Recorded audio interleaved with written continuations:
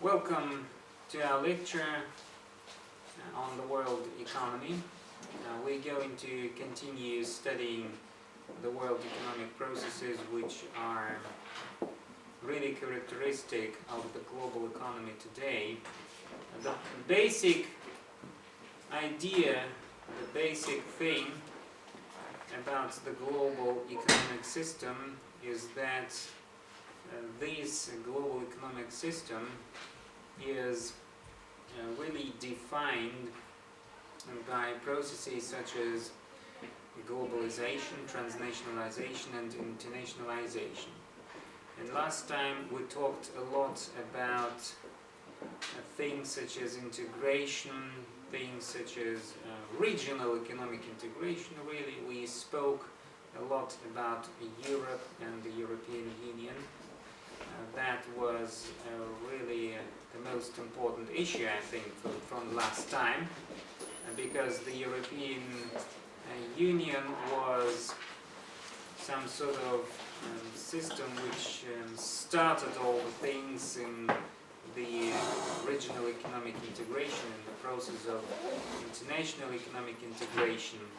Everything starts with Europe and the idea of the United States of Europe.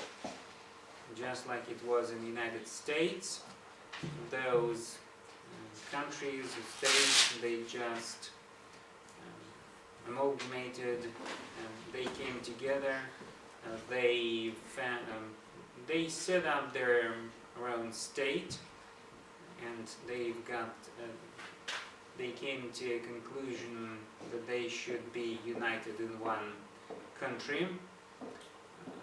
Well, still there are some sort of problems. Of course, the United States and the European Union are two really different things, and we cannot just say that they're really synonymous or analogous. We're sure about that, actually, but sometimes I feel like the idea of the European Union and the regional economic integration came from Europe, and this idea was brought to the United States as well, and they formed their own country with their own government and the institutional system, and this country is now one of the largest in the world in economic terms, in financial terms. Unlike the European Union is a regional economic integration system. They have their own currency, they've got their own parliament, they've got their own court, president, but they've got also nation states. So the European Union is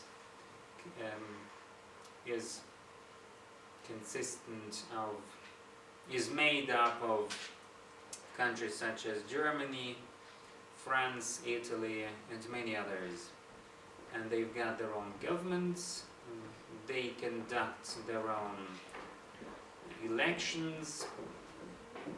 Everywhere there are elections, everywhere there are parliaments in each and every state in Europe.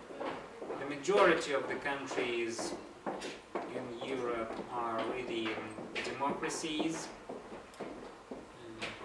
the democratic countries in the European Union. There are some monarchies, but there are few really, and the majority of them are republics and democracies. So that means that people are free to elect the people they want, and they've got their own independent political systems, their own independent governments, independent central banks. Even the countries that are included in the Eurozone and use the single currency, the euro, they've got their own central banks that issue the euros. Transnationalization is really a process which drives the economic system, the global economic system. It represents transnational corporations usually. a system or international corporations. International corporations is really an important class of companies, the most important class of companies. And there is sort of classification for all those companies. There are four major types of international corporations. First of all, international company or internationalized company.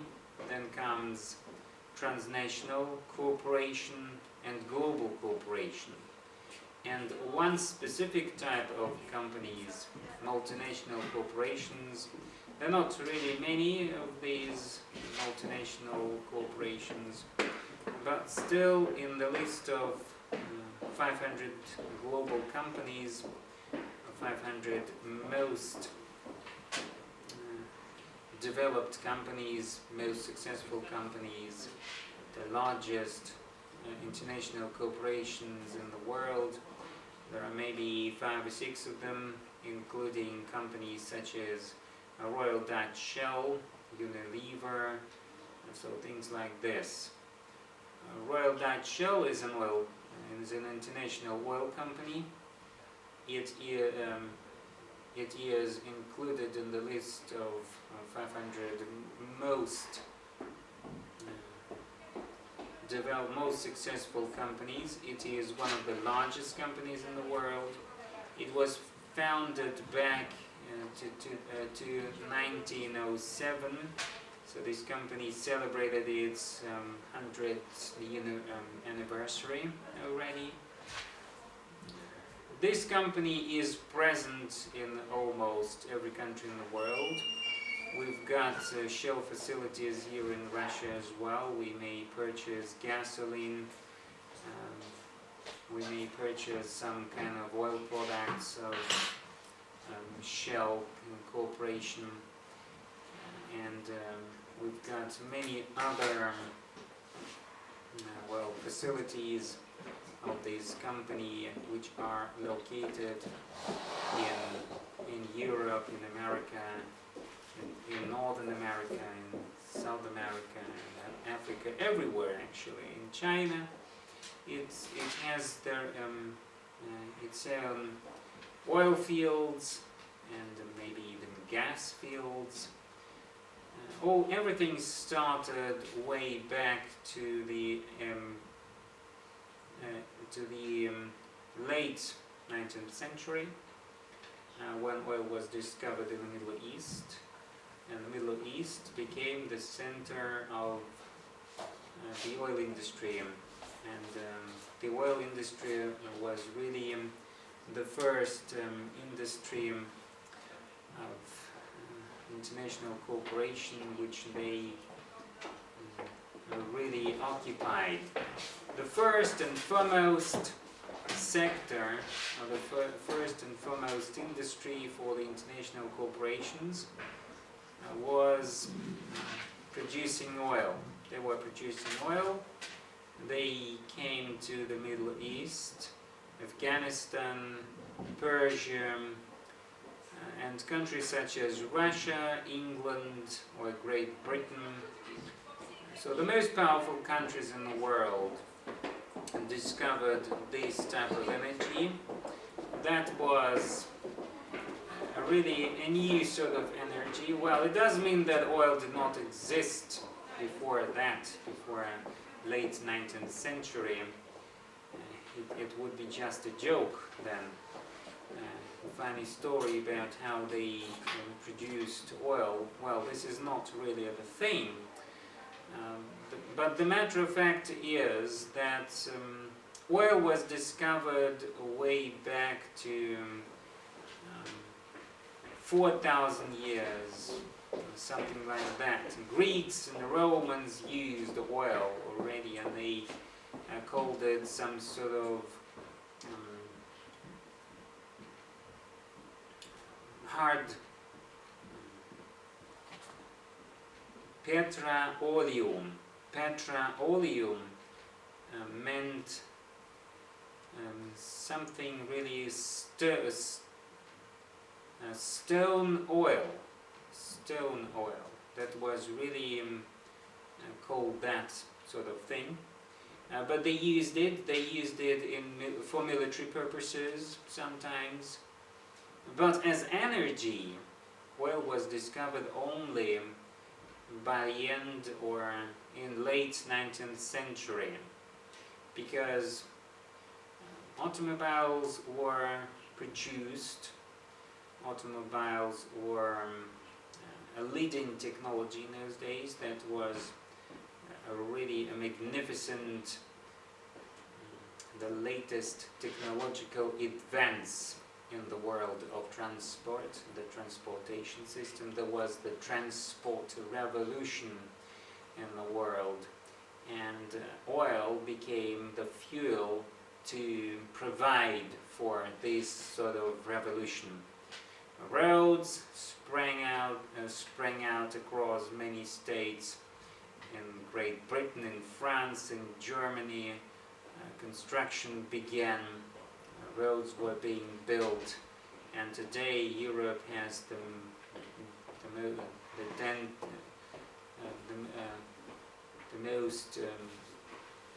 dentist sort of transportation system, really a thick transportation system. Each and every city and powerful town, village, really connected to each other by this whole system of transportation, and the system works really efficient. Charles de Gaulle, the French president, Charles de Gaulle, really famous general, said some time ago, when he was the French president in the 60s, or just after the Second World War. Well, it does matter actually. He was the French president after the World War II, and he was then re-elected in the 60s, and he said, when someone once asked him, what is the state today? How can you define a state today? What is it, some sort of system, or how does it look like? What are the main differences from the states that were created back in the 19th century? And he said that today the modern state, or a contemporary state, it means that this state has millions of kilometers of roads, railways, telephone systems, telephone wires. Everything is connected to everything. Telegraphs, post offices, really a sort of communication system. So it does mean that he said that the modern state, or the contemporary state, is no longer a colonial empire with all its countries which are thrown all over the world, across just like the Great Britain or France. France also had some colonies in Africa, for example, Algeria, and many other countries in Africa were French colonies. And he said that in order to make France really competitive in the world, we've got to have millions of kilometers of roads, wires, telegraphs, and the whole communication system, in order to make people communicate, in order to speed up the production processes in the global economy, and the connection. So they should provide the connection of each and every state to the global system of telecommunications. Actually, he predicted the internet long before it was created, and he was behind that idea. That was some sort of idea behind the state, as it should look like in these days, and really in Russia we see the contrast. Of course, Russia is really a great country. Well, no one actually doubts that Russia is a great country with its rich history and things like that. We're really sometimes patriotic about our history or culture, but we've got this huge territory and small population, and we don't have millions of kilometers of roads and wires and all those sorts of things. Communications in Russia are really, they are developed. We've got them. We've got these cross-Siberian railway system. Yeah, that was the greatest advancement, the greatest technological leap forward in the early 20th century. It was built 100 years ago. That was really the greatest technological achievement, this transportation system. But it is the only road that connects two parts of Russia, being west and east, Siberia, Asia, and Europe, Eastern Europe. So we can hardly understand, we can hardly unite this whole country. And in order for Russia to become a global power, in order to integrate in the global economic system, in order to produce more goods and services, more competitive goods and services, we really need this transportation system, this communication system, internet, broadband internet providers and services. The new system is really needed, but we do not have it. We have it, we've got actually technology such as 3G and 4G, but even in Moscow it is really, you would find it difficult to find that sort of coverage. When you go to Germany or the United States, there are whole territories just covered with these sort of things, and they look at it just like an ordinary thing, just like a newspaper. It is really, for them, it is really simple as a daylight. And so they never think about finding this 3G or 4G. You just take your smartphone and you just connect to that sort of system and you are. So this system of e-commerce was created in order for clients and companies come together and provide goods and services. There are these B2B, B2C, B2G systems. Clients, customers to B2B, business to business, meaning connecting any business to another business, where one business provides services to other businesses, and customers, business to customer, government to business, in sort of providing, paying taxes and making regulations. So those are those things, and we cannot work without that. The global system, globalization, cannot work without this e-commerce and e-trade, electronic systems. And the reason behind the explosion in exports was really the development of communication systems, internet especially, with all those 3Gs and 4Gs, and maybe soon to be 5Gs, things like that. But so Charles de Gaulle was right, and despite his being a general, really, sometimes we feel about soldiers just like some sort of stupid, ridiculous people who cannot think, who've got their brains blown out in all those military exercises. So we think that they've got nothing in their hands but for some sort of tanks, weapons of mass destruction. But there are people, there are exceptions, and these luminaries. He was a luminary. Each phrase he said was really laconic. He could just sort of concentrate an idea of a special phenomenon in a few words.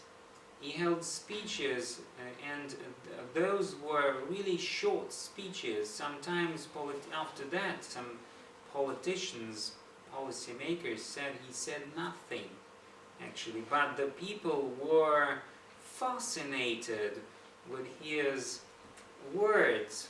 For example, in 1969, I believe, he went to Algeria. There was a revolution in Algeria. Algeria wanted to create their own independent state, and it was still a French colony, and he came there and he said a few words, and the people of Algeria were just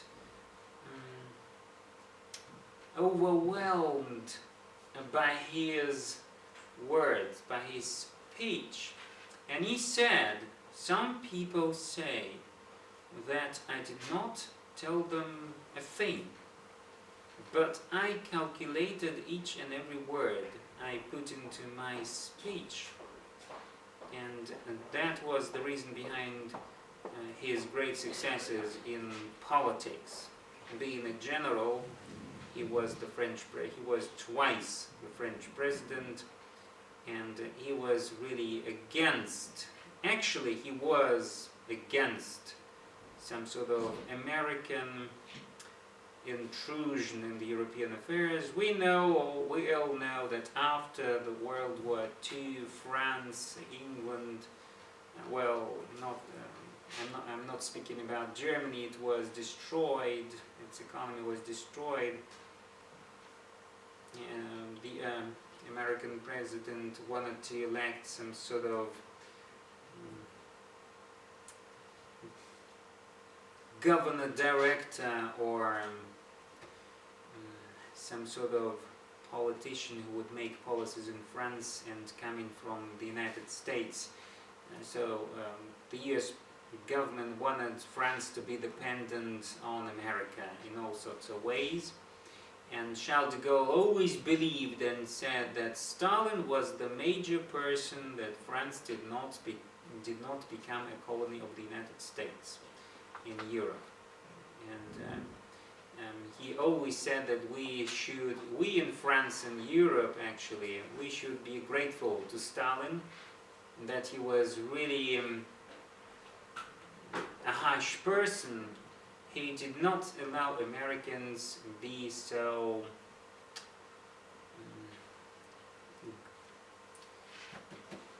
bully about being present in Europe. So their project of globalization did not work out.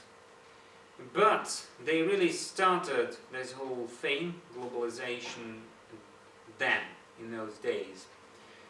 There was this Bretton Woods conference when the US dollar became the global currency, the world currency. Those institutions really became the most important institutions which the United States created. The driver of the globalization, as we see it in transnationalization with all those transnational corporations, is that it is based upon capitalism. The capitalistic system, capitalist system, is really a mechanism which is behind the globalization process. So globalization cannot work in terms of socialism. socialism or communism is a sort of a system. It is really a system for people to live, maybe, but globalization can only work under the conditions and the model of capitalism.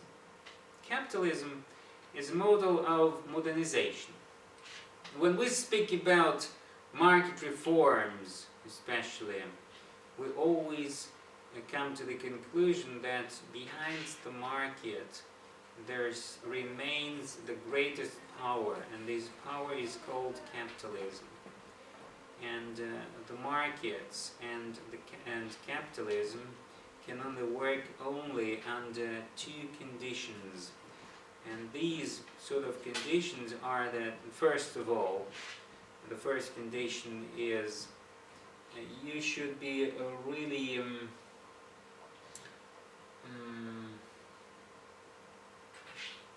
each and every contract and paper should be signed by the parties, and these parties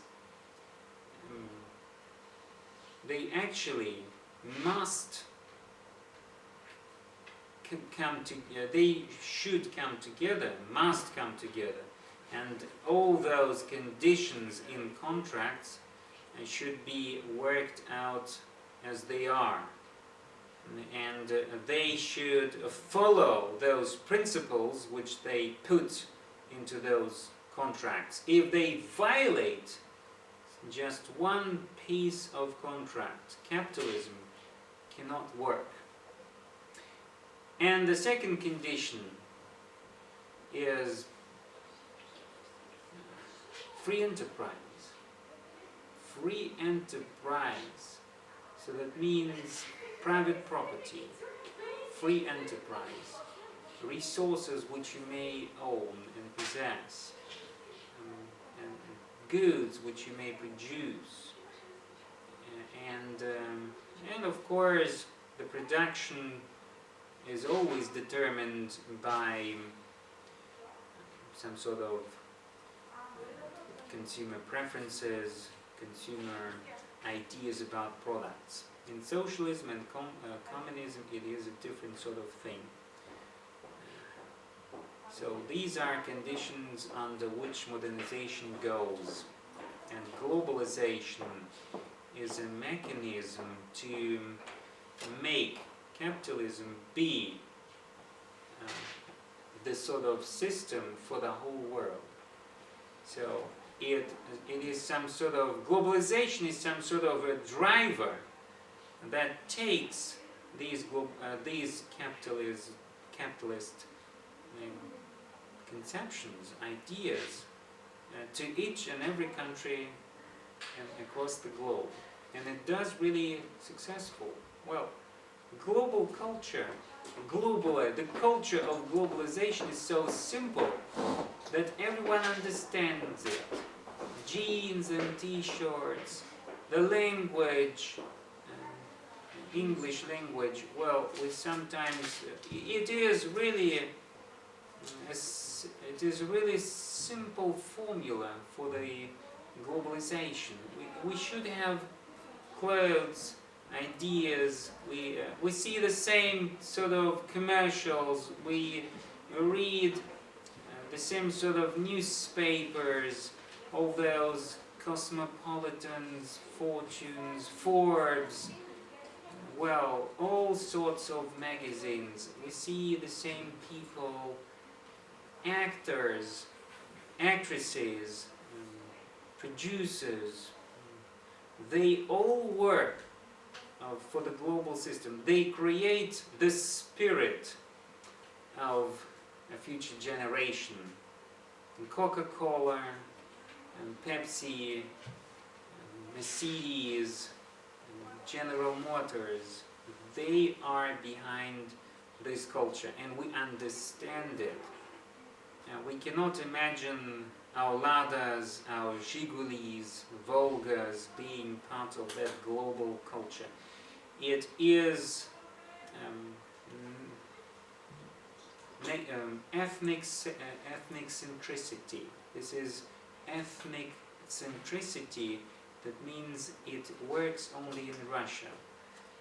Well, there are some sort of samples and examples. They purchase our cars in Germany, but it is maybe 1,000, 2,000 cars being sold in Germany. And whereas General Motors or Ford or Toyota, they sell millions, tens of millions of cars each year. And we understand that we are not really competitive enough to come to the global market, and this sort of global marketplace which is really harsh.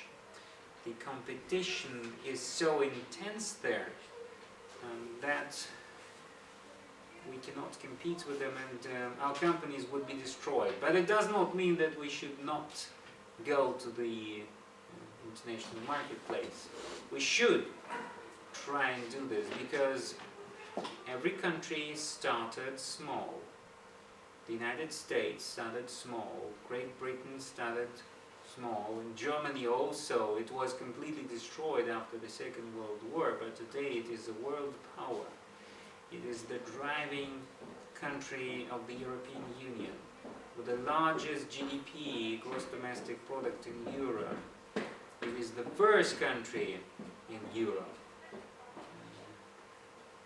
And Japan also was destroyed after the Second War. After Hiroshima and Nagasaki, everyone believed that this country would never get on its feet. So everyone was sure that that sort of country, with its culture, with its language, would extinct, and the people would extinct. But they were provided with investments. Germany and Japan became what they are today due to the American investments. Americans gave much capital to Japan and Germany. Yeah.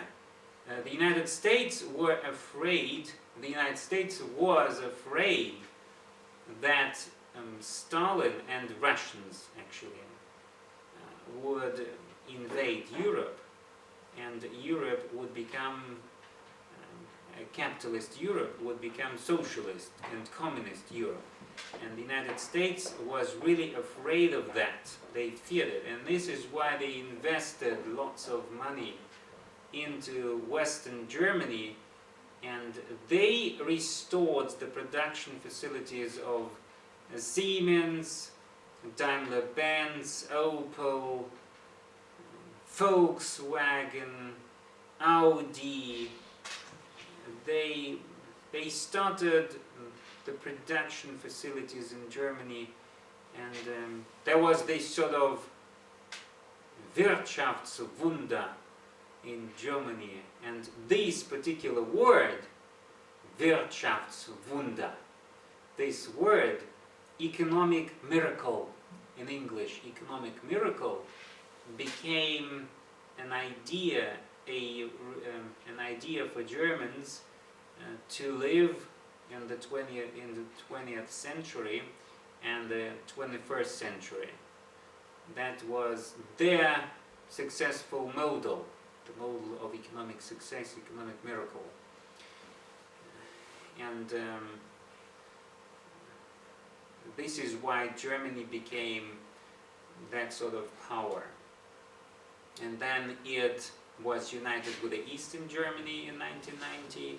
They came together, and there was another economic explosion because Western Europe and Eastern Europe came together. They amalgamated, and this was a synergy of both of the fractional continent. Yeah. It was a breakthrough in economic relations, and regional economic integration and globalization began there and then, at this point. And the United States was behind that. So, the American dollar, the United States dollar, American transnational corporations, American culture, English as the language of communications, global transportation system, and international trade routes. These are factors, these are drivers for this sort of global economy. And especially I think that the US dollar was the most important. I should put here exclamation mark. So no one likes actually American presence in anywhere. So I do not like the United States being present in Asia. I do not like the Americans being present in Afghanistan, Iraq, all those countries, Saudi Arabia with their military bases. I do not want this. But they were behind this model which made all countries successful, and this model allows each country being successful in globalization, because the United States dollar became the American dollar is that sort of language. We exchange our goods for the US dollars, and that makes trade system and international trade really simple. It just makes it transparent. Just imagine the world of currencies with all those German marks, Russian rubles, Chinese yuans. You just come to a conclusion that if you exchange your goods and services for the local currencies, that means you should have foreign exchanges, so places where you would set those exchange rates, yuans to rubles. So in order to go to yuan and trade, and for China to trade with Russia, you should have this sort of system of fixing exchange rates of Russian rubles to Chinese yuans. If Russia sells oil to 138 countries, just try to imagine this thing, 138 currencies, and your task, I cannot imagine this. You should have 138 different exchange rates in order to be able to sell oil to all those countries. But having this unified currency system, monetary system, and at the base of this system is the American dollar, it simplifies the process of selling oil. It makes it just a matter of seconds. It really makes the things transparent and easy. So you should only know the exchange rate of Russian ruble to the US dollar. You do not have to sell oil to Germany in euros, or you do not have to go to Egypt and sell your oil in rubles or Egyptian currency or yuans. It really, the dollar system was behind Russian success in the early 2000s, when oil price was really high, and we sold oil at $147 a barrel, and we were happy about that, and we accumulated lots of gold reserves and foreign exchange reserves. And today, when we are in the period of economic crisis, we almost do not feel it. We feel it, but for those reserves, dollar reserves, Russia would be nothing. It would be destroyed as an economy by all those sanctions. And the dollar reserves helped Russia to use those reserves. And the government put that money into infrastructure projects, into housing projects, military exercises, space ships, etc. Many things actually can be done. Schools, medical care, some sort of insurance policy, construction really, and that sort of thing allowed Russia to be a bit more competitive in times of crisis. And so we may hate the United States, but for this thing I'm really grateful to the United States and the US dollar, because it provided us with powerful instruments, and for that reason we are part of the global economic system. Being isolated means slow economic growth, low economic growth, low rates of returns. It is proven that a country develops at a higher speed, at high rates, due to its being integrated in the global economy.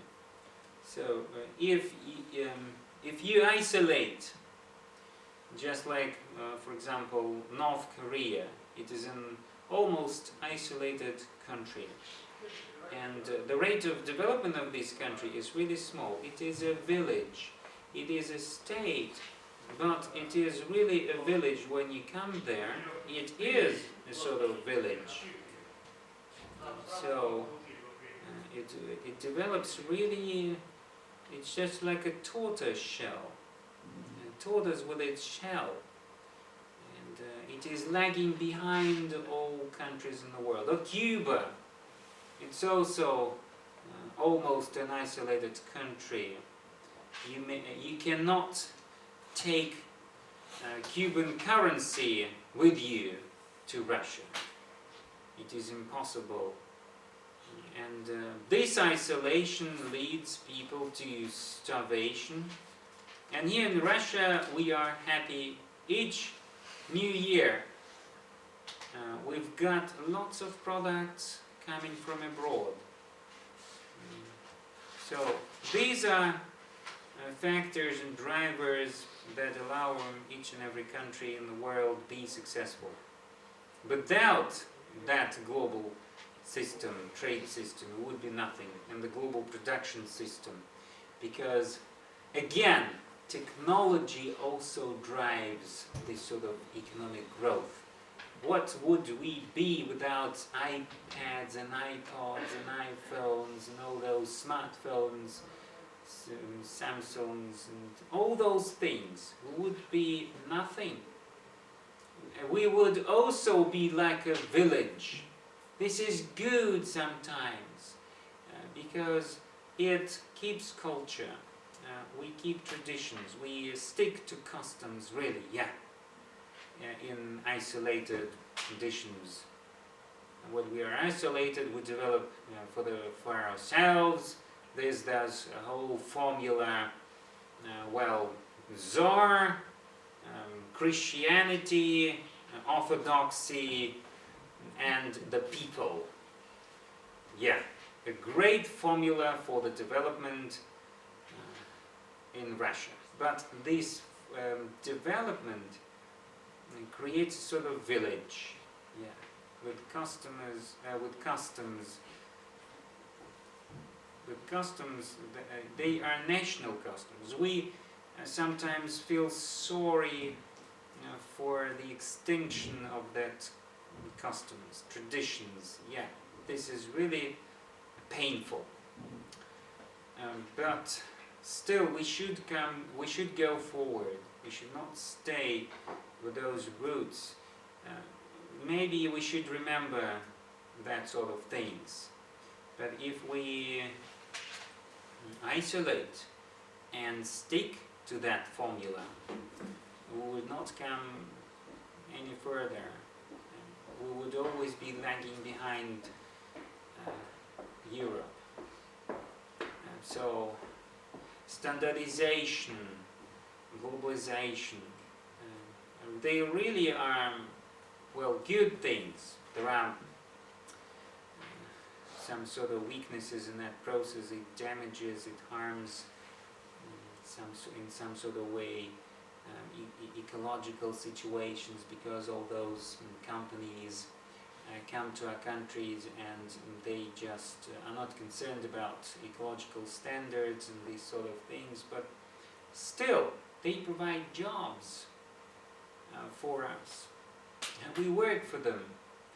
We work for Opel, we work for Daimler, and we learn their language. We feel a part of that culture as well.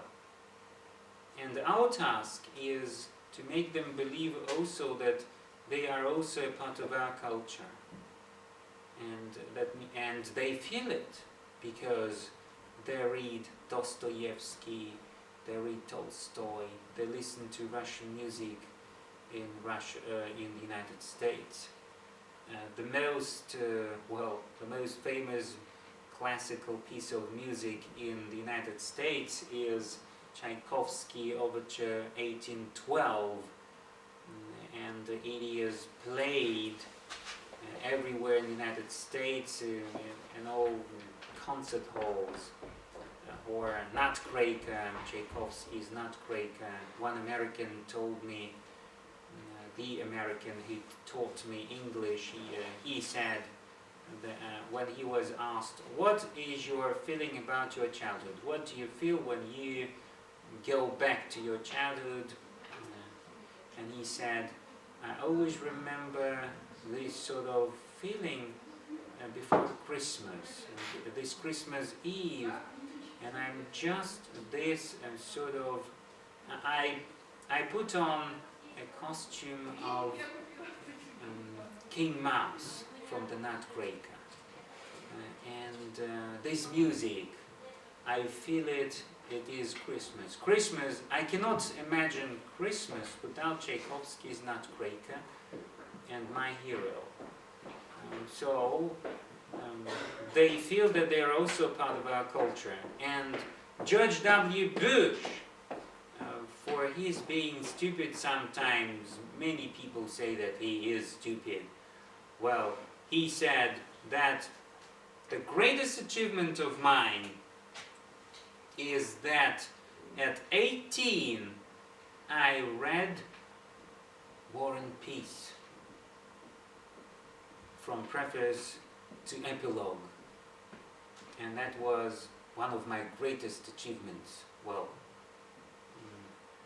I should really bow to that person who reads Russian classics. Now that means that we did something to fascinate the world. We are part of the global culture also. And we should not isolate.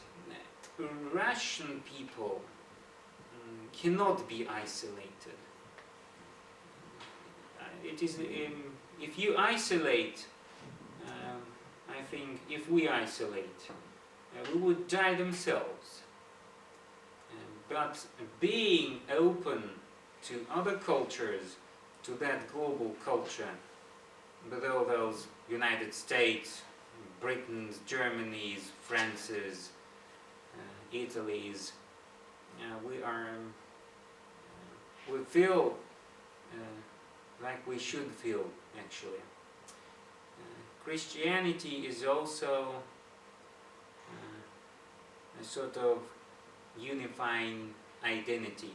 but globalization goes further because it unites all religions, because Saudi Arabians also have iPhones and iPads and iPods and Mercedeses and things like that. So they forget about all those orthodoxies, about Islamist things and traditions, because they also want to be progressive. Progressive means that you should integrate in the global system, and you should work. You should welcome those companies coming to you, and you should not oppress them. You should not close your doors. Welcome them. Yeah, control them. You should control them. You should not allow them spoil your nature, your customs, tradition. You should make them believe that your country is really a powerful country. But you should learn from them, from their marketing ideas, marketing technologies, their commercials, their technological advancements and achievements, and you should just take those things, and when you've taken them, your country would be a great country, because your traditions are really ancient traditions. When they come together, there's again this synergy thing, and this synergy leads to a greater explosion. And if you use that wisely, I think that your country would be a great country in the world economy. Well,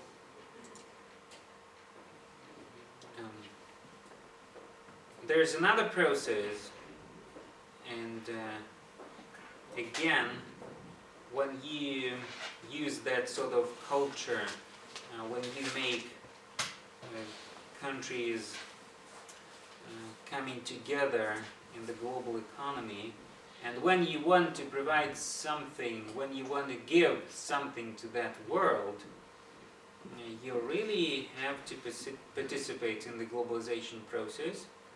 And some Asian countries who do not want their culture to be destroyed by the Western culture, they found a new formula, and they came with the idea that when you think locally but act globally, you produce your own goods and services, you put your labels, your trademarks on them, you create brands using, again, Western technologies, copying everything. Yeah, piracy can be a good thing sometimes for the development. When you steal intellectual property rights from other countries, it really helps the economy, again, develop technologically, in a technological sort of way. And I believe that China's success is due to that thing. They copy everything, but making copies, you learn from them. There would be time in the future, maybe in 20 or 30 years. Today they say that Chinese miracle already ended. This is the end because the economy slows down. Economic growth in China slows down, and this is the end to Chinese economic miracle. I do not believe this. Miracle is far ahead, because when they will have learned all those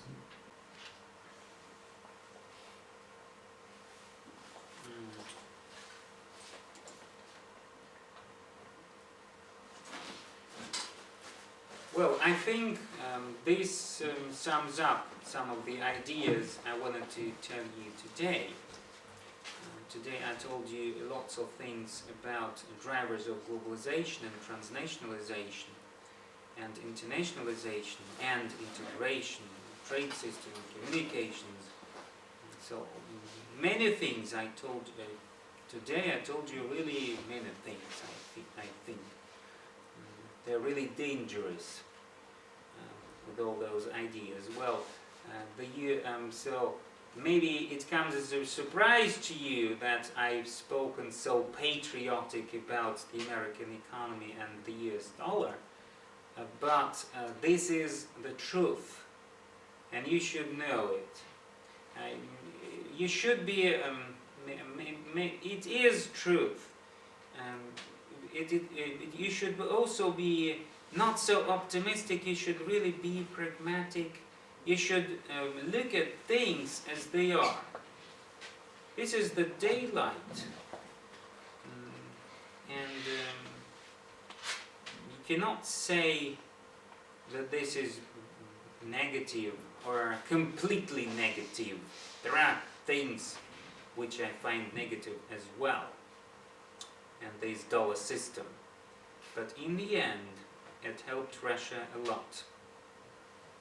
And we should be grateful for that. And I think they are also grateful to us. Because when we purchase dollars, when we sell oil and take dollars, we help the American economy as well. We make loans to them, credits. And they live with our help. We help them.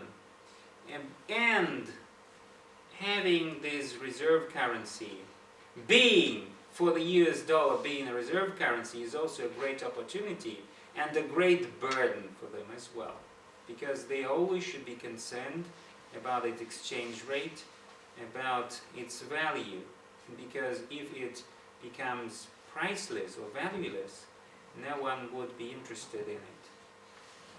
So they should also be concerned. This is a really interconnected thing.